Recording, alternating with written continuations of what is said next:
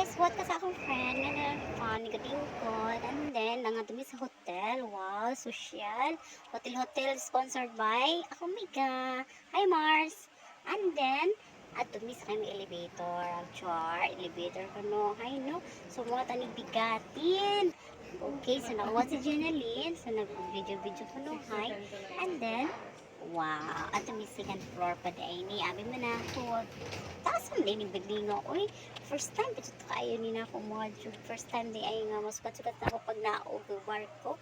Kaon ako nakabalik og mga bigatin nga mga hotel. Charot. So sponsored by again sa akong friend. Thank you my friend. Charot. Friend lang ta kay nakalibre man. Joke. Anyway, so mag-moment po tagamay ani. So mo ni siya guys. So wow. Char.